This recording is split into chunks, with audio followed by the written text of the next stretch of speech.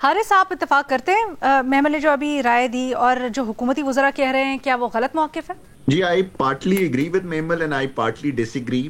جہاں تک میمل نے کہا ہے کہ وی مسٹ ہیو انڈیپینڈنٹ ججز تو اس پہ تو کوئی دو رائے نہیں ہے. جی بالکل انڈیپینڈنٹ ججز ہونے چاہیے. جہاں تک معاملات ہیں کہ کیا یہ دو اچھے ججز تھے, بہت اچھے ججز تھے, they were giving fantastic judgments. Should they have resigned? Of course they should not have resigned and they should have, میری اگر opinion ہوتی, they should have stayed within the system. and ہر جج ہر بات سے تو اگری نہیں کر سکتا. لیکن جہاں پہ میں میمل کے ساتھ اسٹرانگلی ڈس ایگری کرتا ہوں اور ایک ایزیومنگ ایک غلط نیریٹو بن گیا ہے کہ شاید سپریم کورٹ اب ایک سول کورٹ بن گیا ہے یا سپریم کورٹ کی ساری پاورز ہی ختم ہو گئی ہیں. دیکھیں آپ نے اس 27ویں ترمیم کے پیچھے ایک انٹینٹ سمجھ نہیں ہے کہ آج سپریم کورٹ کے اندر اراؤنڈ 56,000 کیسز ہیں, جس میں سے تقریباً 50,000 کیسز وہ ہیں جو سپریم کورٹ کے پاس ہی رہیں گے. کچھ 6,000 کے قریب کانسٹیٹیوشنل میٹرز ہوں گے جو فیڈرل کانسٹیٹیوشنل کورٹ چلے جائیں گے. یہ 50,000 کیسز کیا ہیں؟ کسی کا بیل میٹر ہے, کسی کا مرڈر ریفرنس ہے, کسی کی پراپرٹی کا ایشو ہے, کسی کا چائلڈ کسٹڈی کا ایشو ہے. جب یہ بڑے کانسٹیٹیوشنل میٹرز شروع ہو جاتے ہیں تو یہ جو عام آدمی جو ان مقدموں میں کئی سالوں سے پھنسا ہوا ہے, سپریم کورٹ کے اندر آپ کو ایونچولی کلوجر ملتا ہے. ان کو وہ کلوجر نہیں مل رہا, یا ان کے حق میں ہو یا ان کے خلاف ہو, کیونکہ ایک بڑا کانسٹیٹیوشنل میٹر شروع ہو جاتا ہے. تو اس کے پیچھے جو یہ ریسرچ ہے, اور یہ خالی Pakistan is not the only country in the world جس کے اندر یہ ہوا ہے, تو آپ اس کو یہ نہیں کہہ سکتے کہ اب سپریم کورٹ کا فیصلہ صرف ایک سول کورٹ کے لیول کا ہے. صرف کانسٹیٹیوشنل میٹرز جو ہیں وہ فیڈرل کانسٹیٹیوشنل کورٹ جائیں گے. باقی 99 یا 95% آف دا ڈسپیوٹس جو سپریم کورٹ میں پہنچتے ہیں وہ آج بھی سپریم کورٹ کے اندر ہی ہوں گے. اور جو ایک عام آدمی کو جو ڈسپیوٹ افیکٹ کرتا ہے, آپ نے کئی دفعہ سنا ہوگا, آپ نے پڑھا ہوگا کہ ایک بندے کا بری ہوتا ہے سپریم کورٹ سے تو پتہ لگتا ہے کہ جی اس کو پھانسی ہوئے 5 سال ہو چکے ہوئے ہیں.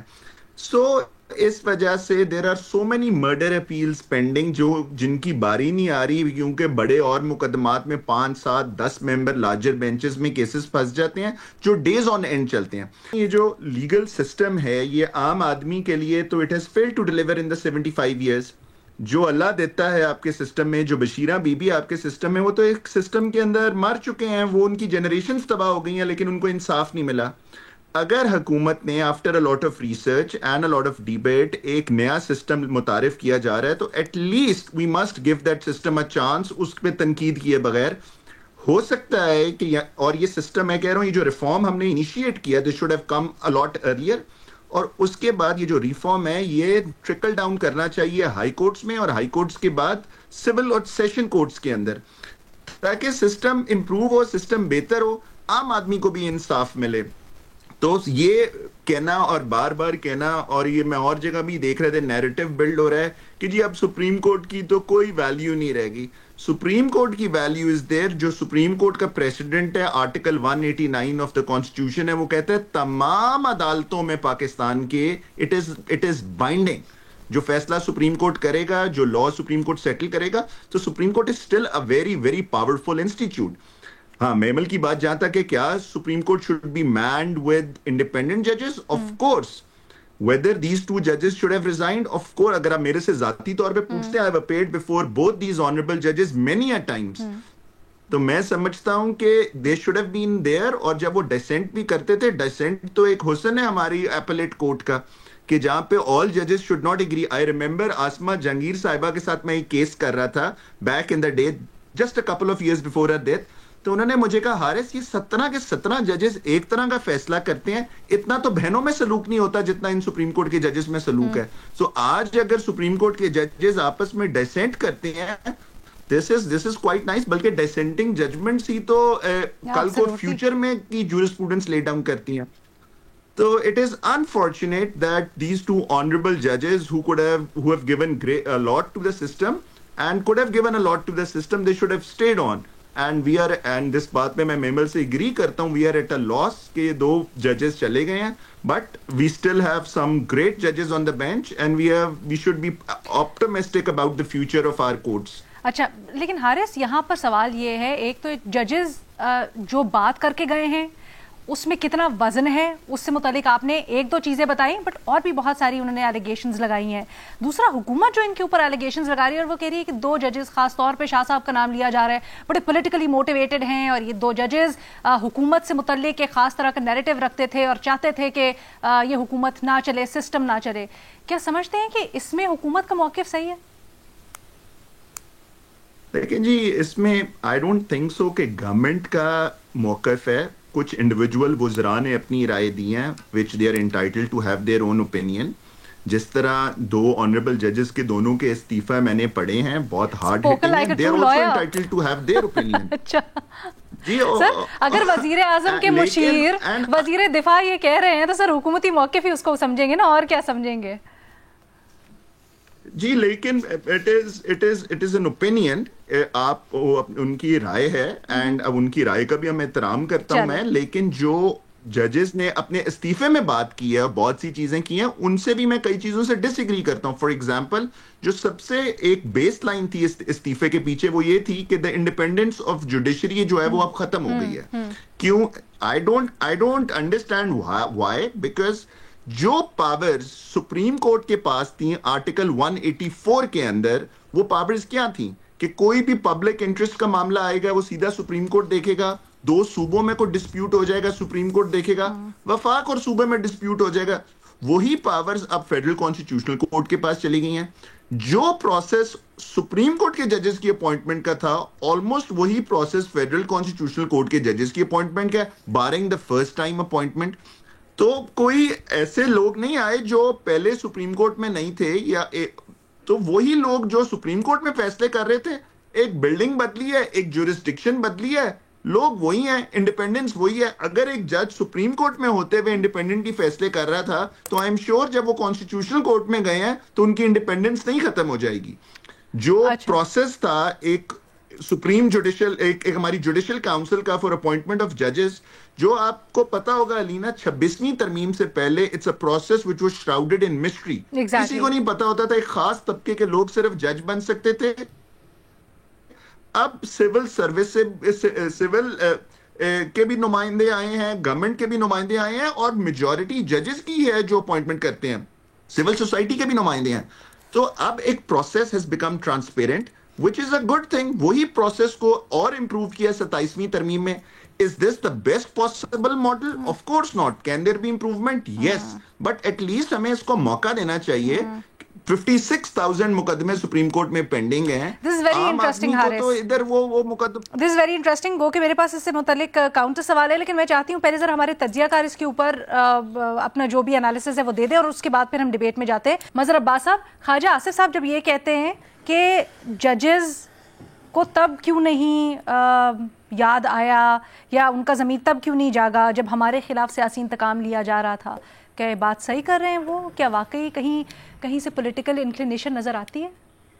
خواجہ آصف صاحب بتائیں گے یہ کینگرو کورٹ کی ٹرم سب سے پہلے کس نے استعمال کی تھی اور کس کے خلاف استعمال کی تھی؟ کس نے؟ آپ بتائیں ہمیں یاد کریں. یہ سب سے پہلے محترمہ بے نظیر بھٹو نے مسلم لیگ نون کے لیے استعمال کی تھی کہ انہوں نے یہ کینگرو کورٹس جو ہے وہ تشکیل پائی تھی، جس عدالت کی بات کر رہے تھے خواجہ آصف صاحب، اسی قانون نے جو نواز شریف صاحب نے اینٹی ٹیررزم ایکٹ بنایا وہ سب سے پہلے انہی پر اپلائی ہوا. جب 12 اکتوبر کو ان کی حکومت کا تختہ ہو گیا تو ہمارے یہاں جو ہمارے حکمراں ہیں وہ قوانین جب بناتے ہیں، ترامیم جب لاتے ہیں تو وہ یہ بھول جاتے ہیں کہ یہ ترامیم کل انہی کے لیے استعمال ہوں گی. خود بھٹو صاحب نے جو ایک قانون بنایا تھا، ایک ترمیم لے کر آئے تھے جس کے تحت فورن لائرز جو ہے وہ نہیں آ سکتے تھے پاکستان میں، وہ الٹیمیٹلی جب رمزے کلارک بھٹو کی پھانسی کے لیے پاکستان آئے تو وہی ترمیم جو ہے ان کے آڑے آ گئی. آج جو سچویشنز ہے، دیکھیں آپ کی ہماری عدلیہ کا جو کی تاریخ ہے وہ بہت تاریخ ہے، وہ تاریخی عدلیہ رہی ہے ہمارے یہاں. کوئی بھی بہت کم مثالیں ایسی ملتی ہیں جس کو ہم مثال کس کی ملتی ہے؟ ان ججز کی مثال ملتی ہے کہ جو جیسے جسٹس دوراب پٹیل، کہ وہ اگر پی سی او کے تحت حلف لے لیتے تو وہ چیف جسٹس ہوتے ہیں، لیکن اس کے لیے انہوں نے پریفر کیا. منصور علی شاہ میرے مطابق منصور علی شاہ صاحب کو بہت پہلے ریزائن کر دینا چاہیے تھا جب یحییٰ آفریدی صاحب بنے تھے. یہ نہیں کہ یحییٰ آفریدی صاحب کوئی جو ہے وہ خراب جج یا وہ ہیں، لیکن چونکہ منصور علی شاہ صاحب سینئر موسٹ جج تھے تو منصور علی شاہ صاحب کو اس وقت وہ کر دینا چاہیے تھا. رانا ثناء اللہ ذرا بتائیں کہ اطہر من اللہ جب ججز کی موومنٹ چل رہی تھی تو اطہر من اللہ صاحب کہاں کھڑے تھے؟ رانا ثناء اللہ اور ان کی جماعت کے ساتھ کھڑے ہوئے تھے. وہ اس لائرز موومنٹ کا حصہ رہے تھے جسے رانا ثناء اللہ، نواز شریف صاحب یہ سب وہ کر رہے تھے. تو اس وقت جو تھے جب وہ جج بنے تو اس وقت رانا ثناء اللہ نے یہ بات کیوں نہیں کی؟ تو ہماری یہاں پرابلم یہ رہی ہے، دو چیزیں ہیں. 27ویں آئینی ترمیم صرف فیڈرل شریعت کورٹ کا ایشو نہیں ہے. اس کو آپ مکمل طور پہ دیکھیں کہ 27ویں آئینی ترمیم کیسے لائی گئی ہے.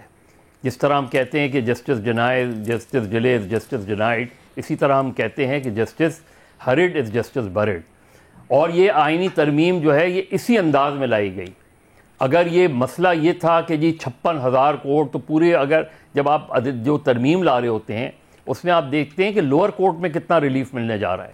لاکھوں کورٹ ہیں، لاکھوں مقدمات ہیں لوور کورٹ میں. کیا اس کے لیے کوئی ترمیم لائی گئی کہ ادھر عدالتوں کے فیصلے بہت جلدی ہوں گے؟ نہیں، کیونکہ ایک خاص مقصد تھا. یہ سلسلہ کب سے شروع ہوا جس کی وجہ سے 27ویں ترمیم لائی گئی ہے اس میں؟ یہ جب ان 6 ججز نے اسلام آباد ہائی کورٹ کے، کیا سپریم کورٹ نے کوئی نوٹس لیا ان 6 ججز کے لیٹر کا؟ وہ کیا کہہ رہے تھے؟ وہ کوئی پولیٹکس کی تو بات نہیں کر رہے تھے. وہ تو کہہ رہے تھے ہماری سرویلنس ہو رہی ہے. مثالیں دی انہوں نے، ثبوت دیے، کوئی ایک انکوائری ہوئی اس کے اوپر اس میں. تو آپ نے ججز کو فرسٹریٹ کر دیا، ایک ایسی سچویشن میں لا کے کھڑا کر دیا کہ ان کے پاس چوائس نہیں رہی سوائے اس کے. ہاں ٹھیک ہے، بینچ پہ بیٹھے رہتے، ان کو جس طرح بابر ستار اور دیگر ججز کو اب صرف جو ہے وہ محدود مقدمات دیے جاتے ہیں جس کا تعلق کسی بھی طریقے سے عدالتی اس آئینی معاملات سے نہیں ہوتا، تو وہ اگر چاہیں تو وہ کنٹینیو کر سکتے ہیں، وہ کر سکتے ہیں. انٹینشن جو ہے وہ کاؤنٹ کرتی ہے. انٹینشن یہ نہیں ہے کہ برڈن ختم کیا جائے. انٹینشن یہ ہے کہ کچھ ایسے فیصلے جو رکاوٹ بنتے ہیں ان کو ایک ایسی آئینی عدالت اور ایسی آئینی عدالت میں ایسے لوگوں کو لا کے کیا جائے کہ وہ اپنے مقصد، جو بھی حکومت وقت کا جو حکمراں ہے وہ اس کے لیے اپنی منشا کے مطابق. یہ انٹینشن ہماری یہاں پرابلم یہی ہے. ایگزیکٹو اور جوڈیشری 73 کے کانسٹیٹیوشن میں تھا کہ 20 ایئرز کے بعد ختم سیپریٹ ہو جائے گی.